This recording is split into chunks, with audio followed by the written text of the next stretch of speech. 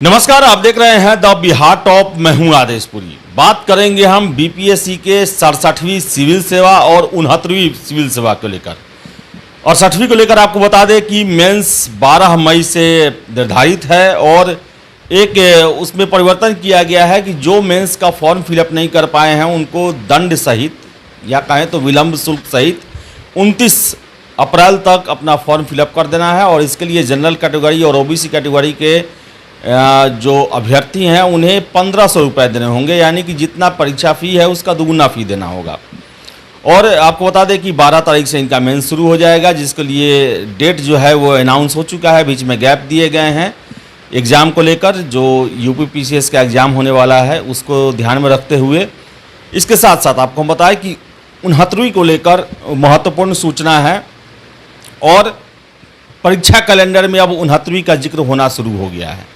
21 अप्रैल को संशोधित परीक्षा कैलेंडर जो है वो जारी किया गया। उसमें आप देख सकते हैं कि 69वीं को लेकर इसमें एक पैरा जोड़ा गया है, जिसमें यह दिया गया है कि 30 सितंबर 2023 को इसका एग्ज़ाम होगा। पहले से ही डिसाइडेड था कि 30 सितंबर से एग्ज़ाम होगा। इसकी सूचना आयोग के द्वारा कर दी गई है।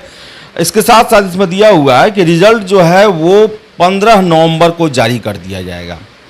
इसके साथ साथ मेंस जो है वो 9 दिसंबर 2023 से लेकर 16 दिसंबर 2023 के बीच में मेंस का एग्ज़ाम भी लिया जाएगा। और इसके आगे की सूचना वो टू बी डिसाइडेड, मीन्स आगे इस पर डिसाइड होना है। जैसे जैसे प्रोसेस आगे बढ़ेगा तो वैसे वैसे इस पर काम होते जाएगा।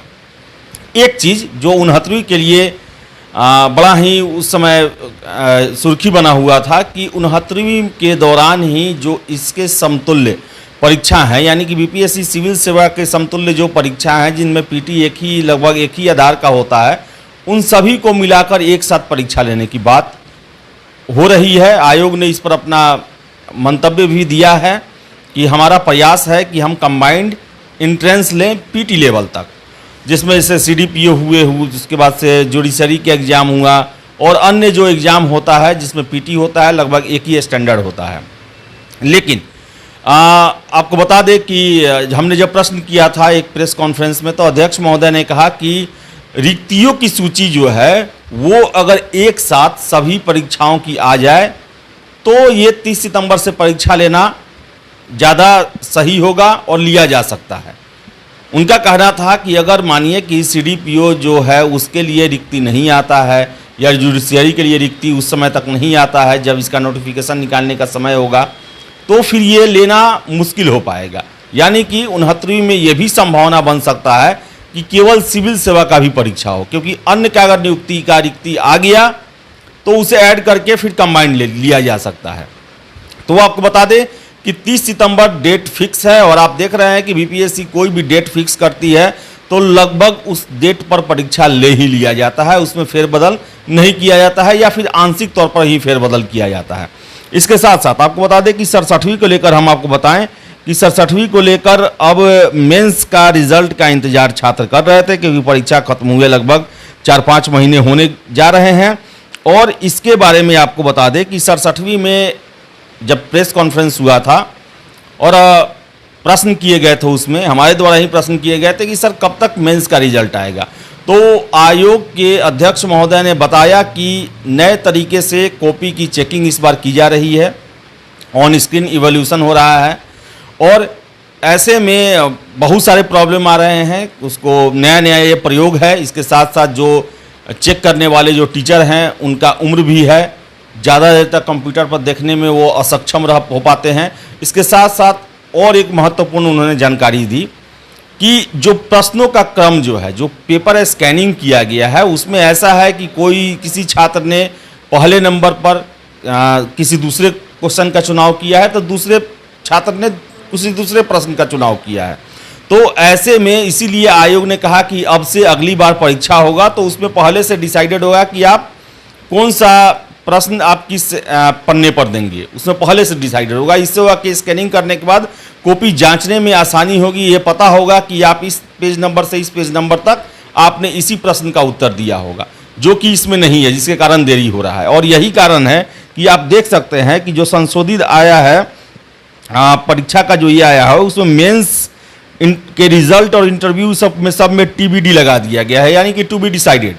मीन्स अभी तक कोई डिसीजन नहीं है, यानी कि कहा जाए तो अभी कॉपी का चेकिंग चल रहा है और जून जुलाई तक कॉपी चेकिंग की संभावनाएं हैं, क्योंकि बहुत बड़ी संख्या में लगभग 3 लाख कॉपियों को जांचना है और एक एक स्क्रीन पर। और जैसा कि पहला नियम बना दिया गया था कि एक टीचर एक ही क्वेश्चन को जांचेंगे, यानी कि एक ही तरह के प्रश्नों के सभी छात्रों के वो प्रश्न के उत्तर जो है वो जांचेंगे। ऐसा नहीं कि एक छात्र का पूरे प्रश्नों का उत्तर वो जांचेंगे। तो नया प्रयोग अपनाया जा रहा है, जिसके कारण मेंस में देरी हो रही है। और आपको बता दें कि TBD लिखा हुआ है, इसका मतलब है कि जुलाई से पहले संभावनाएं कम बनती हैं कि 67वीं मेंस का रिजल्ट आए। तो आपको बता दें कि 67वीं को लेकर यही सूचना है कि अभी उसके रिजल्ट में देरी है। 68वीं में आयोग ने एक बार फिर से मेंस में जो लोग विलंब के कारण फॉर्म नहीं फिलअप कर पाए थे, उनको विलंब शुल्क के साथ 29 मई तक फॉर्म जमा करने का समय दिया है। एप्लीकेशन फॉर्म जमा कर सकते हैं वो जाकर। और 69वीं को लेकर बता दें कि आपको PT 30 सितंबर को है, रिजल्ट 15 नवंबर घोषित किया जाएगा और मेंस आपका 12 से 16 दिसंबर के बीच में लिया जाएगा। इतना कुछ परीक्षा के कैलेंडर में जारी कर दिया गया। इसके साथ साथ आपको बता दें कि BPSC ने बहुत सारे एक्शन भी लेना शुरू किया है। कल ही हमने आपको बताया कि आपत्ति को लेकर जिन्होंने एक ही आपत्ति को बार बार भेजा या पहली बार आपत्ति नहीं की, दूसरी बार किए, उन सभी लोगों को चेतावनी दिया गया है। तो वही 3 छात्र जो विभिन्न परीक्षाओं से संबंधित थे, उनको 3 से 5 साल के लिए अयोग्य घोषित कर दिया गया है BPSC की परीक्षाओं को लेकर।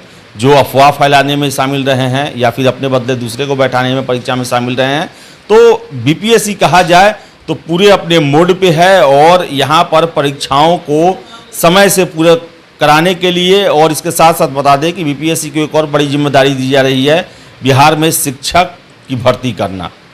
तो हम आशा करेंगे कि इतना कुछ दबाव होने के बाद भी BPSC अपने सभी परीक्षाओं को लेकर न्याय करेगा और सभी को समयबद्ध तरीके से पारदर्शी ढंग से पूरा करता रहेगा।